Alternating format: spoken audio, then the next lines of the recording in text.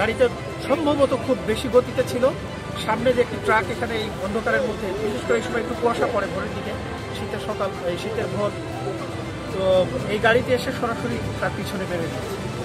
তো এই আঘাতের ফলে যেটি হয়েছে সেটি হলো যে এই মাইক্রোবাসের পেছনে যে সিলিন্ডারটি ছিল, গ্যাস সিলিন্ডারটি ছিল, সেটি ভয়ানক আকারে বিস্ফোরিত হয়েছে। বিস্ফোরিত হলে এখানে যে যাত্রী ছিল তার মধ্যে 3 জন স্পট ডেড আর 3 জন বেঁচে গেছে।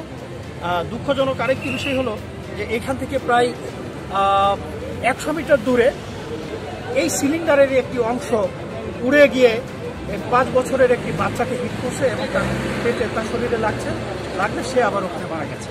তো এই ঘটনাটি অত্যন্ত দুঃখজনক একটি ঘটনা। আমরা এই বিষয়টি দেখছি, এর আইনগত দিকগুলো আমরা বিবেচনা করে দেখছি যে কেন ট্রাকটি এখানে এভাবে ঠেকানো হলো।